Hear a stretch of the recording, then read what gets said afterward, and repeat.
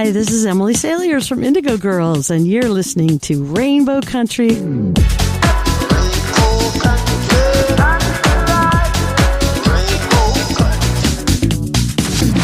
The views and opinions expressed on the following program are those of the persons appearing on the program. Today on Rainbow Country, a spotlight on 3 films to look out for. Layla, a queer dramedy about a British Palestinian drag queen. Res Comedy, a Canadian doc that highlights some Indigenous comedians, some of whom happen to be part of the Lgbt community. And Unusually Normal, an award-winning documentary about one family, 3 generations, 7 women, all lesbians. That and more in episode 430, so stay tuned for Gay Talk Radio right here on Rainbow Country. Hello, my name is Conchita. And I'm Barbecue. And my name is Hardcora. And we are the B Girls. You're listening to Rainbow Country with Mark Tara.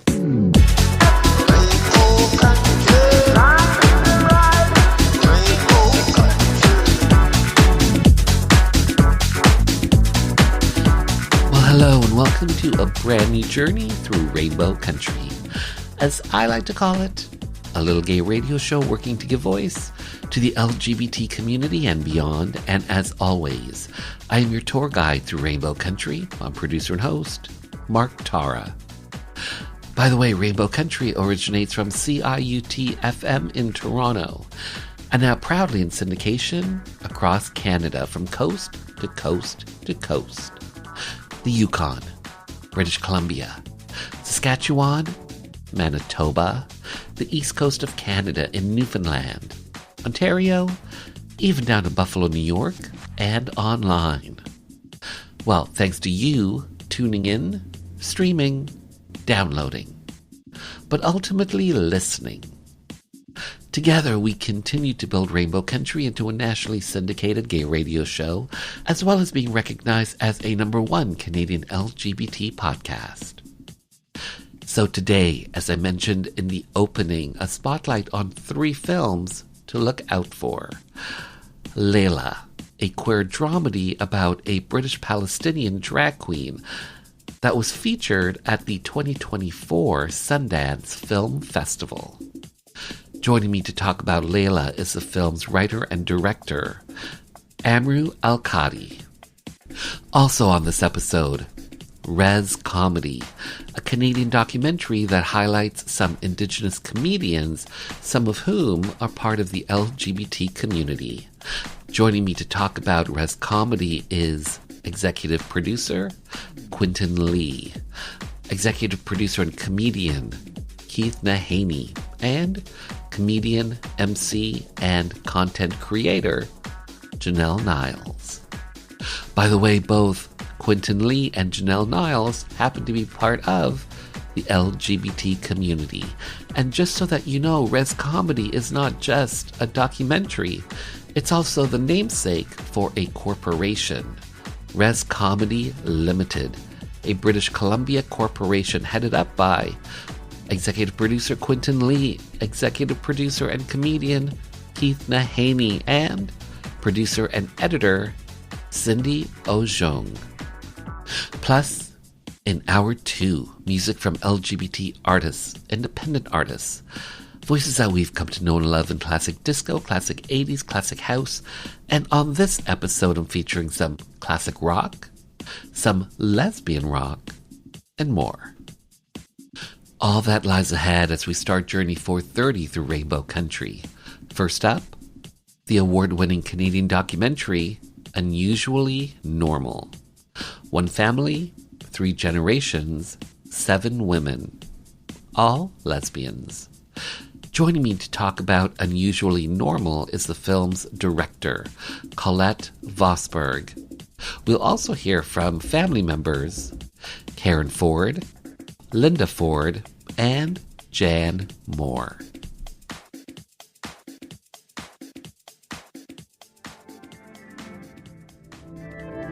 Colette, Karen, Linda, Jan, hello to you all. How are you all doing? Pretty good. Yeah, enjoying the weather. I have to say thank you all for being here, to have your voices, your stories be heard by the LGBT community and beyond. So thank you for this, especially to talk about your award-winning documentary, Unusually Normal. Colette Vosberg, let's start with yourself. You are the director, you are a producer, you are the writer of Unusually Normal, this documentary. Talk to me, if you can, about essentially the story that you're telling in your film. Yeah, well, I am following this fabulous family who's been trying to get a documentary about them off the ground for some time. So it follows 3 generations of gay women in one family. We have the grandmas, Jan and Linda. We have the mom, Karen, and who's Linda's daughter. And then with a former partner, Karen had a daughter through artificial insemination, Madison. So we have 3 generations. Madison boasts of 4 moms and 2 grandmas. So, Karen, for yourself, the idea to tell your family's story, the genesis of that, how did that come about? Well, I knew for a very long time that my family was very different, and I didn't know any other families like ours. And I started probably around 2009, 2010. I started to document the family. I bought some cameras and started, filming them as much as I could. Sometimes they weren't really happy about it, but they went ahead with it anyway. But I didn't get that far. I knocked on a lot of doors, didn't have any interest really until I met Colette, and then Colette gave it a shot, a really good one, and then we ended up getting our story out there. So, Linda, my question for you is, I think it's fair to say it's one thing to have, a family member recording something on a camcorder, and it's shared with the family, and you guys are seeing it on your TV and all that sort of stuff within the family. It's another thing to have your family's story be told publicly, and it's on the big screen. So for yourself, seeing your story being told on the big screen in a theater, out to the public, how was that for you when you first saw that, Linda? What went through your mind? I wasn't quite sure whether it was the right thing to do. I've had moments of embarrassment. I question every time it's shown, is it still the right thing for the family? And my answer to my own question is yes, it is. But it has been, for me, I have asked and wondered, and been embarrassed. I've had the feelings of embarrassment and thinking, oh boy, everybody knows everything about me and the family. So, but it passes after a while. You see it and you don't think about that in the same way anymore.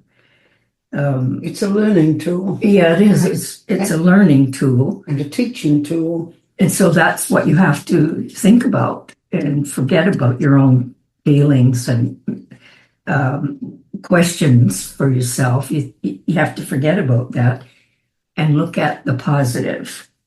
And that's more or less what we've done. I don't know. I've never spoke to this issue with the others and how they're feeling, but I know I've had those feelings and you've zeroed in on them. So, Jan, this show is called Rainbow Country, which is nationally syndicated across Canada. And Rainbow Country originates from CIUT FM in Toronto. And in the documentary, you made a banner for Gay Pride, I believe in 1989, for a CIUT radio show called Gay Wire. Talk to me about that. Well, yes, my friend, Claire Catoo used to broadcast on Gay Wire, and she interviewed musicians and women in music, which was just making its inroads to through the Michigan Women's Music Festival, was making inroads into promoting women musicians and things like that. And Claire did a interview, and they used to she ran this program featuring the music, and She interviewed us, Anna and I. And then they used to march in the Gay Pride in Toronto, and they had no flag, and they kept saying, "Oh, we've got to get a flag." So I just took it upon myself to go down to Goodwill and buy some material, and I came up with a flag, and that Pride Day I presented them with the flag, and that's what they marched with. And CIUT has also been instrumental, because when Karen and Kathy, the Karen and Anna We were doing insemination. They were doing insemination, and it was one of the first.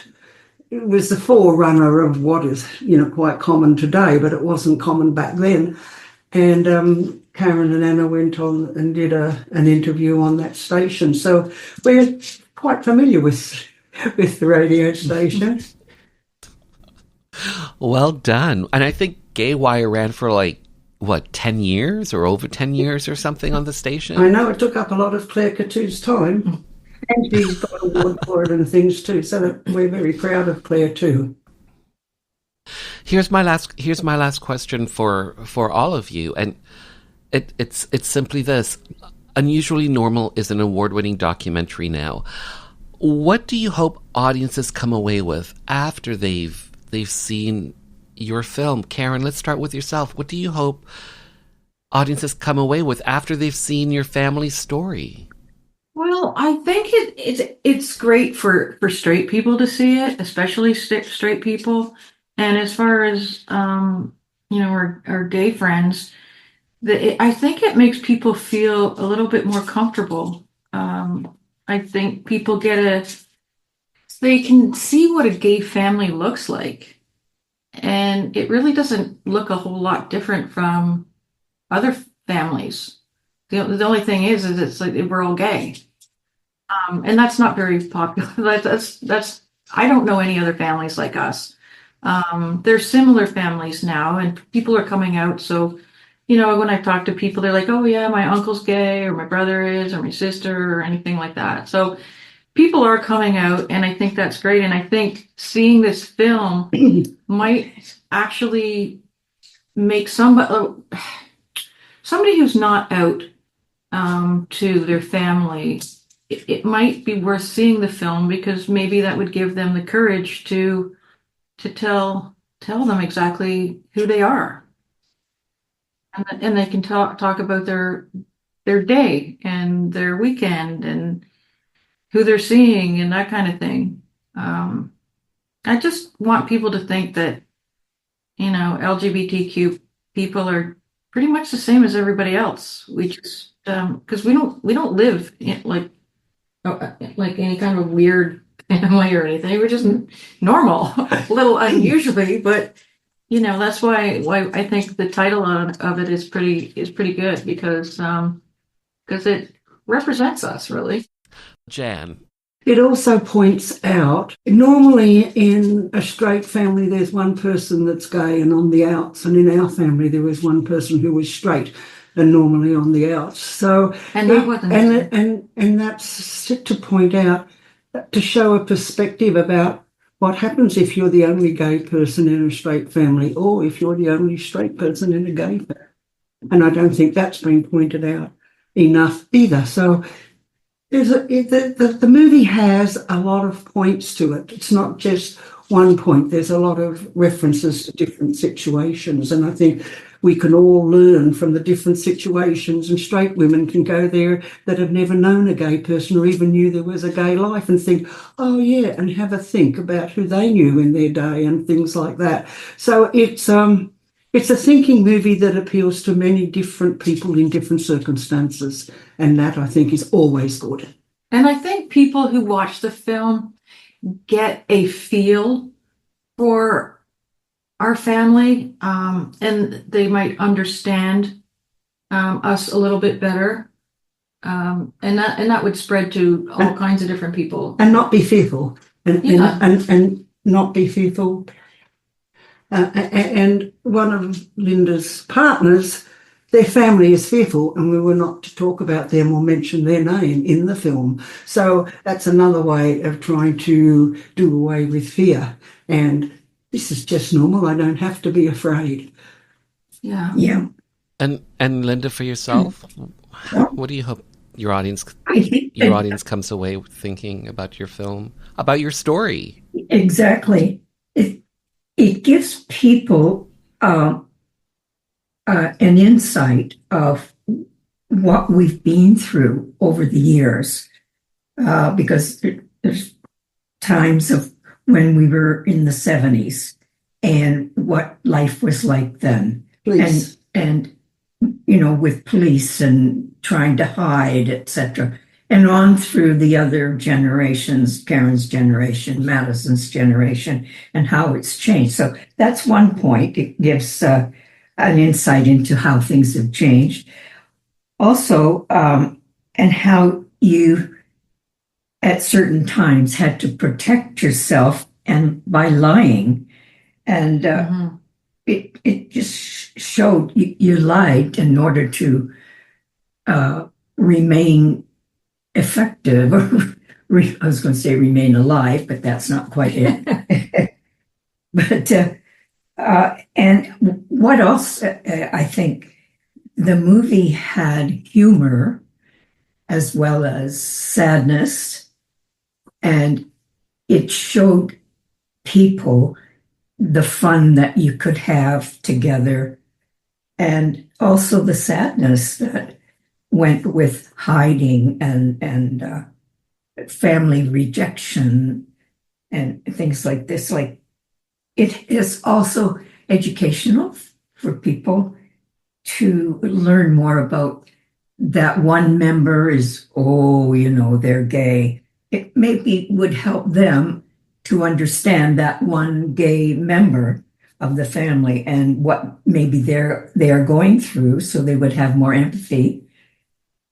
But I had a few not embarrassing moments, but wondering, is this the right thing to do? But overall, I think it is. And I also think that the film could be used for educational purposes.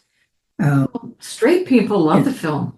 Yeah. That was kind of cool. Our straight friends have been so enthusiastic seeing it. And we overfilled the Cineplex Theater.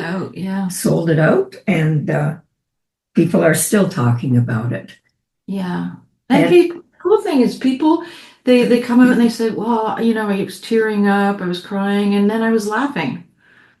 And if I see a movie and it's made me laugh and cry at the same time, I'll always walk out of that film really liking it, because I think that's what people like when they go to a movie. They want to have emotions come out and learn something. Yeah. And Colette, for yourself? Yeah, I agree with everything that they've said. And those were all the things that, we were trying to achieve in the film as well. Like, we wanted it to be an important story to tell and remain true to the family, but also be entertaining. And I totally agree. I've shown family and friends, and they've all come back with, warm a warm feeling after seeing the film. And when that happens, you just feel totally fulfilled. And then, when peers, like we get the audience award for best feature, best director, best, film in different festivals, that's peers that are also telling you that, hey, you did a pretty good movie and we all really liked it. And it's just so rewarding when you find your audience. And I think that this was really an important film to make. And I'm so glad that it's getting the reception that it is. Well said, well said. Colette, Karen, Linda, Jan, thank you all for your time. Well said, well done, well filmed, well lived. your life story so far. Thank you. Thanks, Mark. Unusually Normal is available on Out TV and Out TV Proud, as well as other streaming platforms including Apple TV. For more information, simply visit firestarterproductionsca.wordpress.com. Up next, Layla.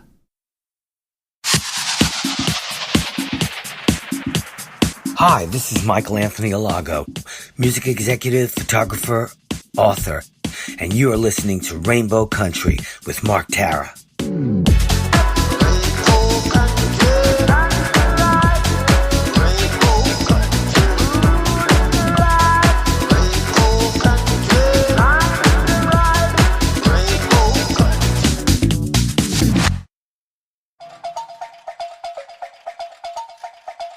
If you are in the Toronto area, say in mid-November, I want to bring this to your attention. The 28th Toronto Real Asian International Film Festival runs November 13th to the 24th and features a unique blend of contemporary Asian cinema, videos, and presentations by artists from Canada, the US, and Asia. The 28th Toronto Real Asian International Film Festival runs November 13th to the 24th at the TIFF Lightbox. For more information, simply visit realasian.com.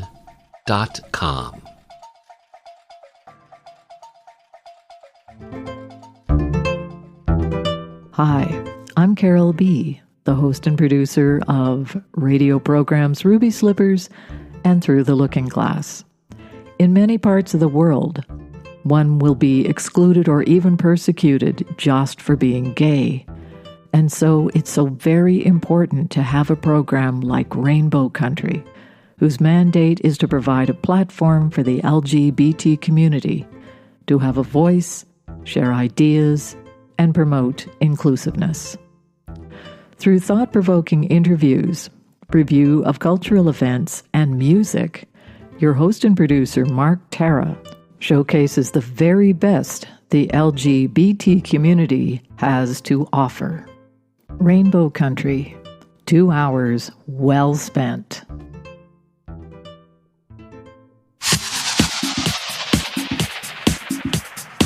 Hi, I'm Agnes.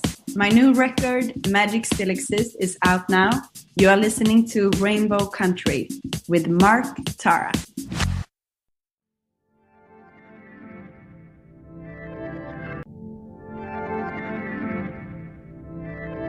Amru Al-Qadi, hi. How are you? I know I'm butchering your name. You say it. It's Amru Al-Qadi. Amru Al-Qadi. How are you doing? Good. A little bit rushed off my feet today, but I'm okay. Thanks. Well, I have to say thank you for being here to have your voice, your story be heard by the LGBT community and beyond. So thank you for this. Thank you. No, thanks so much. Thanks for sharing our film. Absolutely. We're here to talk about Layla. You wrote this film. You direct this film. Essentially the story that you're telling in Layla. Talk to me about that. What is the story that you're telling in Layla? I mean, I suppose it's got many layers to it, but the story, I suppose, is about a Palestinian British drag queen who has many different sort of forms of drag and identities. You know, they're very empowered on stage, but they're very sort of compromised in their love life, and they have a different identity around their family, and then a different one around their sister, and a different one around their boyfriend, many different ones around their boyfriend. So I suppose the film was an exploration about how one kind of queer person of color can camouflage into loads of different selves. If that makes sense. So it's about code switching and just moving through the world and shifting who you are in order to belong inside it. So essentially, Layla is a film about it's a drama, it's a comedy, it's a romance. It's a drama. It's about drag. It's about identity. Mm-hmm. What inspired you to create this story? Because you wrote this. Yeah, I suppose I'd been watching a lot of queer cinema that really bartered in queer trauma and a lot of violence, and I'd sort of seen a lot of queer films that are really about coming out and violence and rejection, and you never really get to see what happens after you come out in a film. And I just didn't want to engage in those harmful narratives of trauma or anything like that. I wanted to write something that just explored the sheer messiness of the queer experience and the complexity and the contradiction. And so Layla as a character, I hope, is really messy and sometimes naughty, sometimes vulnerable, sometimes really annoying, sometimes really funny. You know, I think I just wanted to create something as fluid as the character of Layla, because you never get to see that in queer representation. This film is telling a queer story.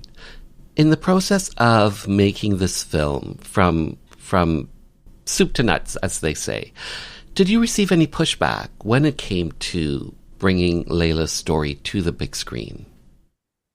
I mean, I'm really lucky with who I collaborate with. You know, my producer is queer, and we've made loads of shorts together. And then the team that I work with at Film 4 and BFI really wanted me to do my own thing. And Nina Yang, who's an executive producer. So I'm really lucky in who I work with. What I will say is that it's much more about kind of distributors and buyers and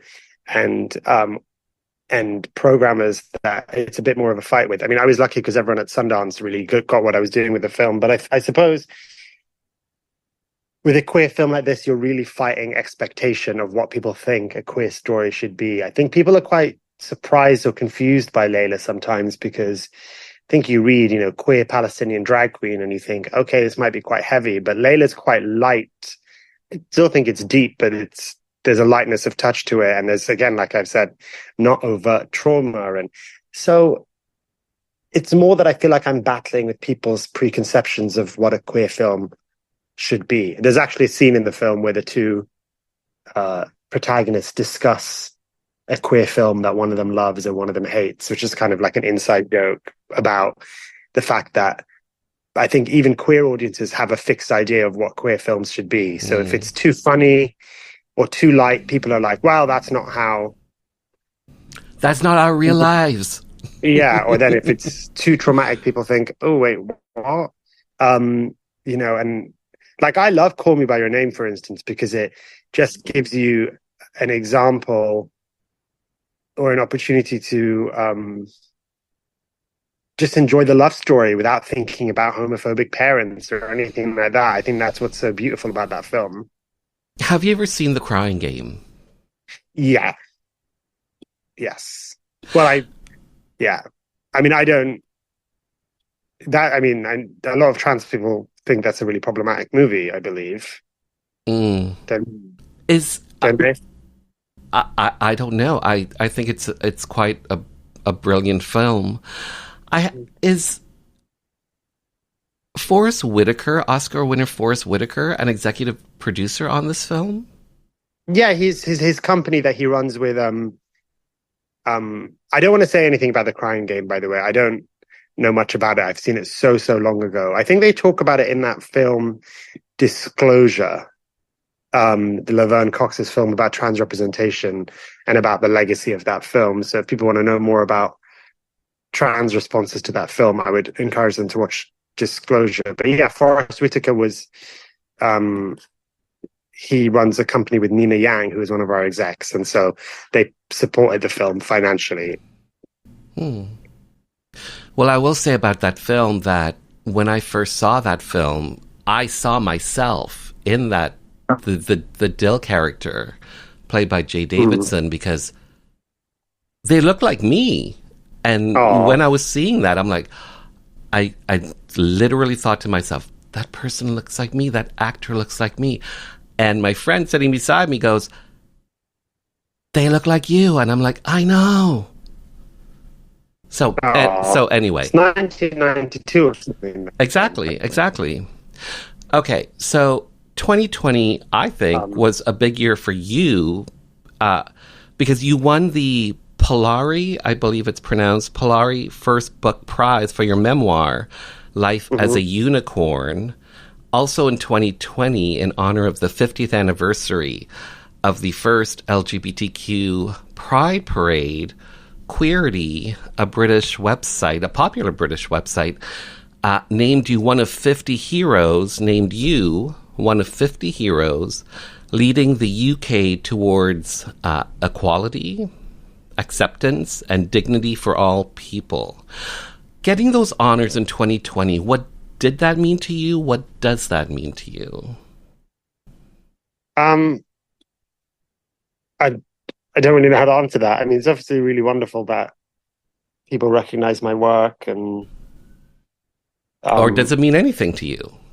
I mean, I haven't really thought about those. As you can hear in my eye, that those are obviously really, really lovely. That's lovely to hear, but in a way, I know this sounds really like a response that I try not to think too much about awards or anything like that, because it drives you crazy and then you feel like you're failing all the time. I tend to just hope that my work finds an audience and that people feel hopeful when they watch it, and that's that. I just want people to find the work. I think I try not to make stuff for the industry, because then I think that dilutes the work. And I think if I made stuff for the industry, it would maybe have more success. So I don't know, but I just try and make stuff that feels truthful to me, and then just hope that audiences really like it. So here's my last question for you, and it's simply this: what do you hope your audiences come away with after they've seen your feature-length debut, Layla? What do you hope your audiences come away with? I think given the world right now and how scary everything is, and how isolated we all feel, and we know that there's going to be a big fight coming up, I just hope that, well, the fight's been going for a long time, but I just hope people feel hopeful, and they feel a love of community, and they want to tell people that they love each other, and they just feel honestly, the film is about hope, I think, and connection, and bringing, the film is about a character who has all these separate sides, and it's about bringing them together. So I hope people feel able to connect. Amir Al-Qadi, thank you for your time. Thanks for being on the show. Well done. Thanks so much. All right, cheers. Thank you. Layla is currently doing the film festival circuit, but keep your ears and eyes open when it does come to streaming. Up next, Res Comedy.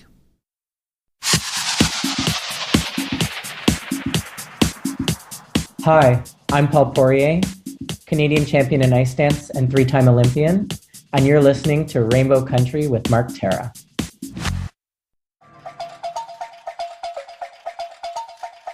So if you think what I'm doing here on Rainbow Country, a little gay radio show working to give voice to the LGBT community and beyond, heard on broadcast radio, streaming, as well as available as an edited podcast. If you think what I'm doing here is worthwhile, I hope you'll consider making a donation to this very outlet you are tuned to. If you happen to be listening to the edited podcast, I hope you'll consider making a donation to an outlet that does carry Rainbow Country. How can you do that? Simple. Simply head over to marktara.ca, new URL, marktara.ca, and hit the donations banner, because that's where you'll find all the outlets that carry Rainbow Country.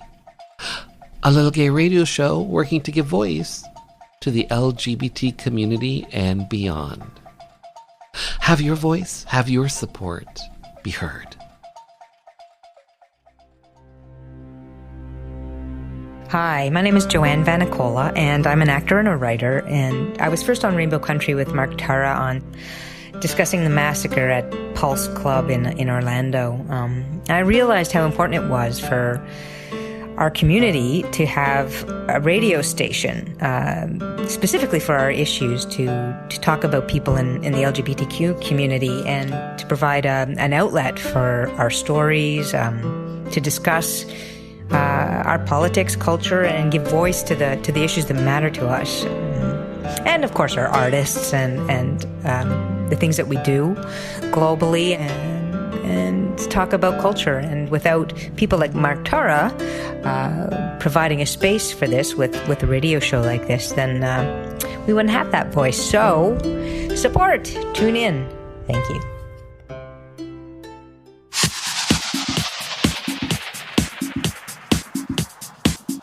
Hi, I'm Eric Radford, Olympic and world champion figure skater, pianist, and composer, and you're listening to Rainbow Country with Mark Tara. Quentin Lee, hi, how are you? Hi, Mark. I'm good. Janelle Niles, hello, how are you doing? Greg, I'm doing really well. How are you? I am well. Keith Nahaney, bonjour, comment ça va? Let's throw some French in there. Hey. How are you doing?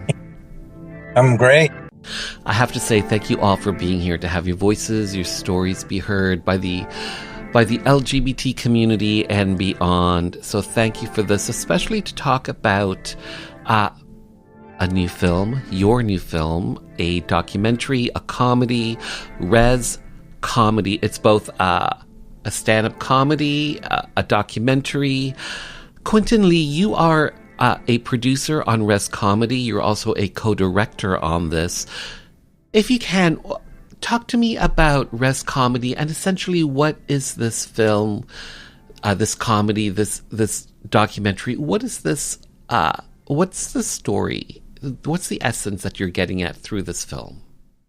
Yeah, so Res Comedy was originally actually a 13-part television series we're developing for 8PTN, but then unfortunately at the production stage, it got dropped, and we thought that we wanted to use the same comics, but instead of creating a TV series, we just thought we'd just do a feature film, because I just recently did a film called Laugh Proud, which is streaming right now, and which is about 8 LGBTQ plus stand-up comics, each doing a 10-minute set. So the format I thought I created from that film could work really well for Res Comedy. And somehow, we had a few dropouts from the comics, but then finally we did have 9 comics, including Keith, that is actually hosting it and that's willing to do this. And we jumped right into it and made it in June. So we shot it, and it's kind of both a documentary and it's kind of stand-up comedy special. But really, in the US, we consider stand-up comedy specials to be documentary. So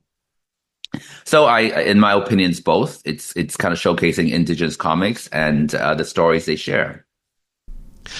Keith Nahaney, you are also a producer. You're also co-director on Res Comedy. Talk to me about the origins of this in regards to how did this all come about? Like, what's the inspiration for this, Keith? Well, I've been doing many Indigenous shows, Res University, Bubba's Comedy, and in 2022 I met Quentin, and he was doing Comedy Invasion and asked if I want to be a part of it. And I said I was going to get married that day, but yeah, I'll push that aside. No, I didn't. And we did Comedy Invasion in May 2022. where Quentin and Cindy were the producers and Quentin the director. And then the next day, Quentin called me, freaked me out because he's like, "Can I meet with you? I need to talk to you." And I'm like, "Oh no, is my stuff too edgy? Is it?" I was a bit scared. And when we met, he said, "I like the Indigenous humor. I want to create a res comedy company with you and start doing Indigenous comedy specials." I was like, "Really? Wow, I don't know anything about producing." He said, I'll teach you. I'll do a lot of the work." And he's done amazing work, him and Cindy. And from there, we had many, many, many meetings and getting the company and getting everything done, all the legal stuff done. And we started from there and been working like 2 years on it. Janelle Niles, you are a comedian, you're an MC, you are a content creator. For yourself, how did you get involved in res comedy originally? How did this come about for you? So, via Facebook, actually, I got tagged a bunch on this post looking for comedians to do a certain amount of time that was going to be put into a 13-part series. And when I applied, my name was already on the list of the people they wanted. And I was like, "Oh, that's amazing." And they asked for 30 minutes, and I had good 21 minutes in my back pocket. And I was like, "This is amazing. Res comedy. I get to show and represent Mi'kma'ki, Sabaganagati, where I'm from in Nova Scotia. And there's only 2 Indigenous Mi'kmaq comedians out east. So I was like, finally, we can represent us across Turtle Island." So I was really happy for this opportunity, and also happy to try to work on an extra 10 minutes from the 21 I had. But even though it went down to 10 minutes, I still was working hard. So it was more of a challenge, and also to represent our people. Quentin Lee, you mentioned earlier that this was originally going to be a multi-episode series on I believe APTN. This documentary, this film, this stand-up comedy special is out now. Do you still think that series could still happen? Well, absolutely. I mean, that's sort of what we wanted to do, is to use this feature film also as a proof of concept to showcase what we can do on a series. And in fact, Keith and I was on the series we did before called Comedy Invasion, which is a very similar format, about each episode is sort of like a half-hour stand-up comedy set. And in fact, Keith's episode, Res Style, ended up winning the Canadian Screen Awards for Best Comedy Special 2024. So I mean, I don't see why we should not pursue making this TV series. But then, as you know, in the whole idea of making a TV series, there's only X amount of buyers, only literally 5 broadcasters. And if they don't give you a green light, you can't do anything about it. But at the same time, with feature films, you can always, find some money and kind of make it. So it's just kind of like the nature of this system and how it works and how things get financed. And of course, we're trying to make it again. So what's been the most challenging part of doing this, Quentin? Has it been getting the financing? Has it been getting people on board? What's been the most challenging part for you to bring this vision to life that you've wanted to do?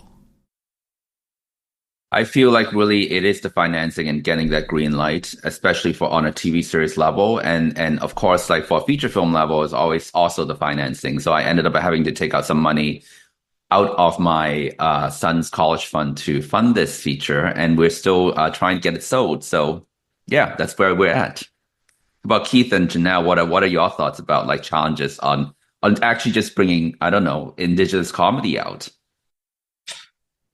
It is very hard for Indigenous comedians to get out there. And with Quentin putting his hand out to support us was super great. and then just going through some of the ones we're reaching out for finance and saying, yes, this was good. And then just getting the red light on it. Those were the challenges, and waiting. Miscommunication. I believe there was a lot of miscommunication and a lot of hope put towards us, and then it being pulled away. I think that's the only challenges I've found. I mean, we've done a lot of meetings. We've interviewed many Indigenous comedians, and really not within the res comedy of Cindy and Quentin and myself. We all discuss everything and we all agree. Sometimes we all agree together. Sometimes it's two agree and one disagree, and we're fine with that. So it's just what I hear from Quentin. It's more challenging up here to get finance than it is down in the USA, and that was my biggest challenge. Well, no, that wasn't my biggest challenge. My biggest challenge personally was the waiting. I want everything to happen right now, and I'm like, we're just waiting for Quentin to say, you know, whether he heard back from so and so, and I get impatient because I want things to move. So that's my biggest challenge personally. And Janelle, what about yourself? I think just as a comedian on it, not as a producer or anything, because I'm not. I think just having imposter syndrome on both sides. Like I had imposter syndrome in the sense of like, do I deserve to be on this? Am I talented enough? Do I have the material? Is this what they want from me? Am I actually being a hindrance to the production because my name's on there? And also on the other side, it was like, I hope whoever buys this takes the chance on us. The risk and reward, the word is going to be so great because they're going to see a unique style of comedy they've never seen before. And people need to hear that. And they might shy away at first, but they need to take that chance to listen. So it's this weird duality that I have. It's all like, please take a chance on us, because I'm also taking a chance on myself, making sure that I can feel as confident as I want other people to feel confident in me. And I think that just sums it up. So I just wanted to add, you know, Janelle's talking about people tagging her on the thing, and is she good enough? I met Janelle through another fellow comic, DJ Wah, and he did a podcast, and he wanted, because I used to do comedy shows with him, and he said, hey, I want to do a comedy podcast with you. And then the day of, he's like, hey, there's this other Indigenous comedian, Janelle. Do you mind if she comes on? I said, no, that's fine, man. And that's how Janelle and I met. And we started following each other's social media. And I was just seeing how much she's out there. And when Quentin was putting together all the information on what we want res comedy to look at, and they wanted to know if we had comics already, I'm like, Janelle's the hardest Indigenous comedian I know, works the hardest. And so when Quentin was like, well, who do you think? Janelle was one of the first ones. I said, yeah, automatically. I want her on there because she's working so hard. Even though we haven't met personally in person, but I was following and still am following her social media. And that was a no-brainer, you know, and she represents the East Coast, and I was like, yeah, we need people from East Coast too.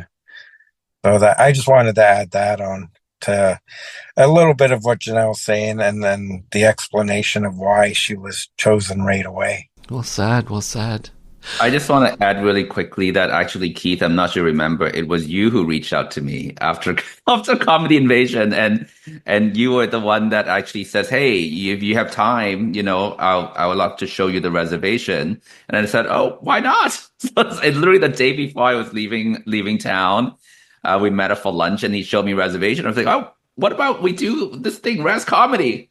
And then Keith said, sort of like, yeah. So and of course, like and the casting of Res Comedy, what was really obviously, it's really a choice that both Keith, Cindy, and I, we all have to vouch for these three comics, that all the comics that we picked, and then of course like Janelle was one of them that we just, like, in the first place we just wanted her in the beginning. So of course, like, when no matter what happens when we're making Res Comedy, we're gonna back up all the comics that we have cast, because we all have agreed on it. So,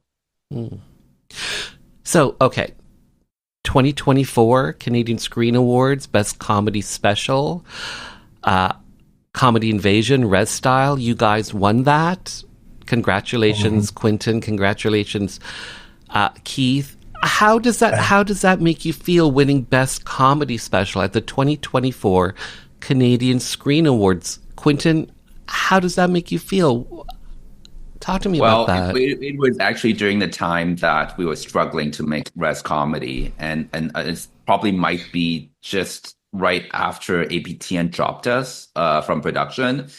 And basically that's saying that we have got to do it. There's no choice. We are on the right path. So I don't know how Keith feels, but Keith, how do you feel about that? Oh, I think he's frozen.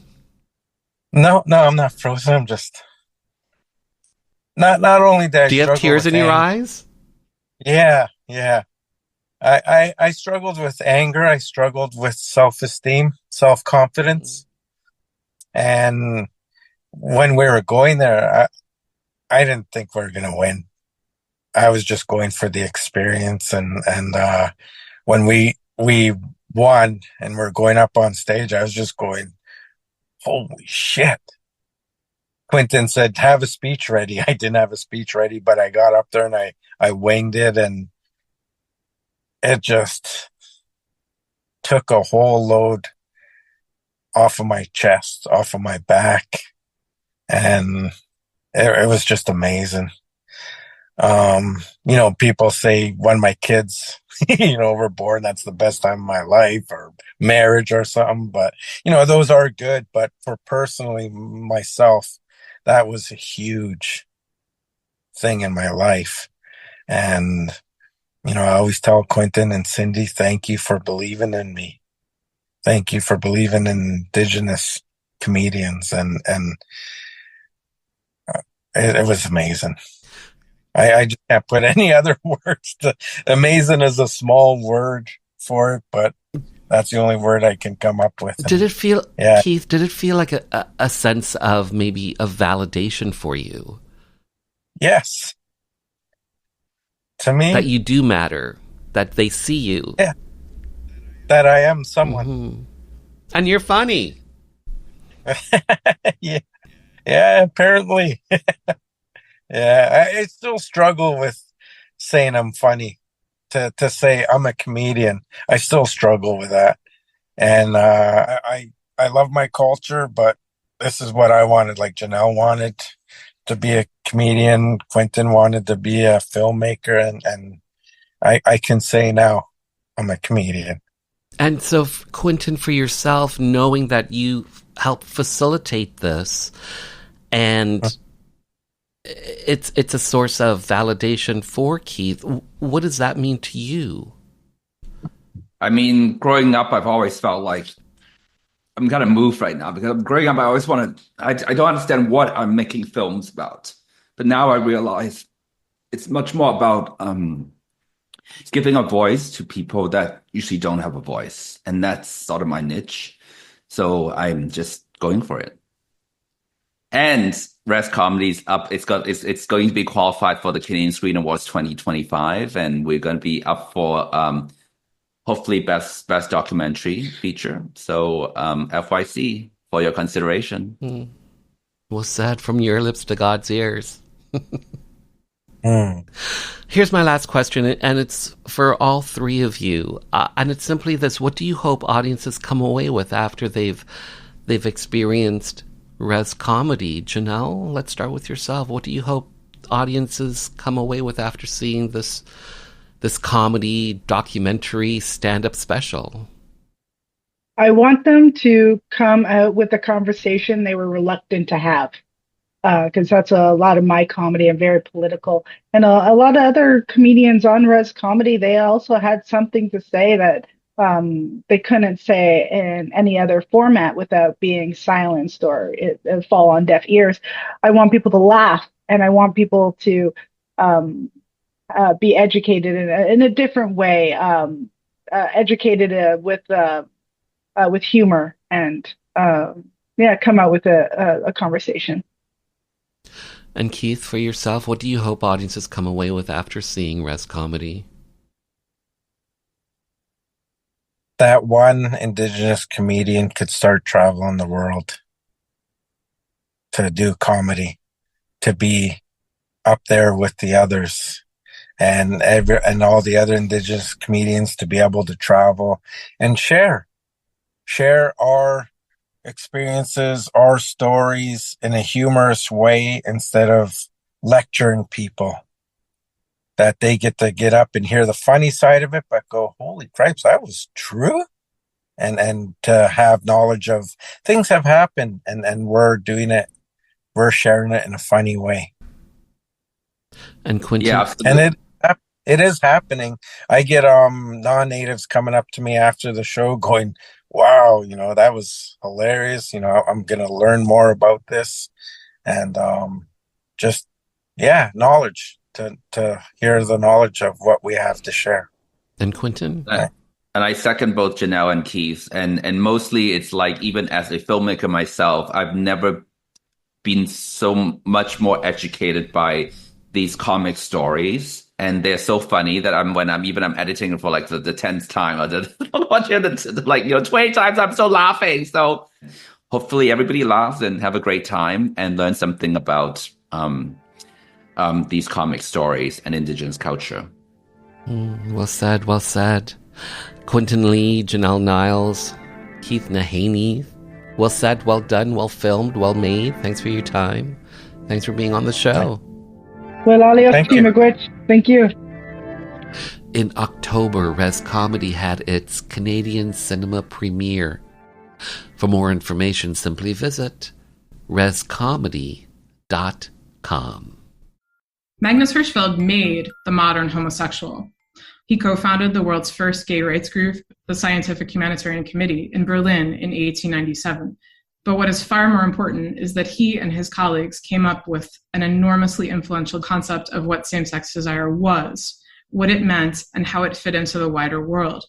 If you think homosexuality is an inborn quality that cannot be changed and has a biological root, but is not an illness, and if you think gay people are a sexual minority who are born that way and who deserve legal protections just as racial minorities do, you owe those ideas to Hirschfeld and a handful of others.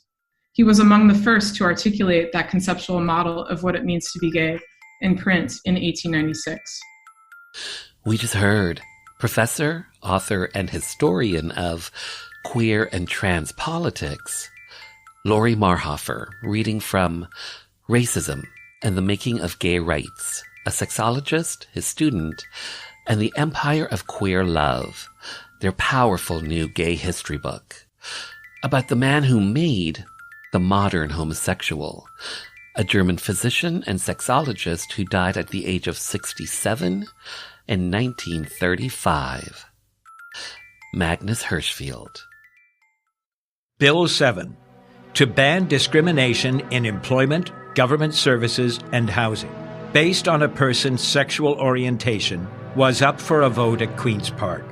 Most NDP and Liberal MPPs supported the bill, but without some progressive Conservative legislators' backing, a divisive split could rack the province.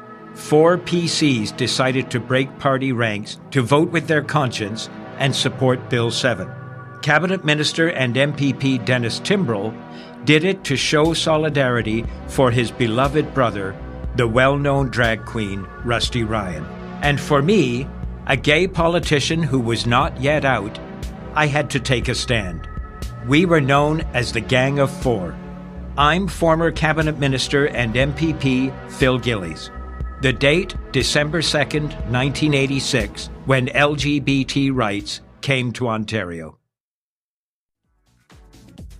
And just like that, this little gay journey through Rainbow Country has come to an end. For the full 2-hour episode, simply head over to marktara.ca, new URL, marktara.ca, and hit the archives banner. To keep up to date with the show, check out my socials at Mark Tara. The podcast is available on all major platforms. And finally, I want to take this time to thank you for taking your time to be with me. Remember, we are living in days of making dreams come true, so believe in yourself, and the world will believe in you.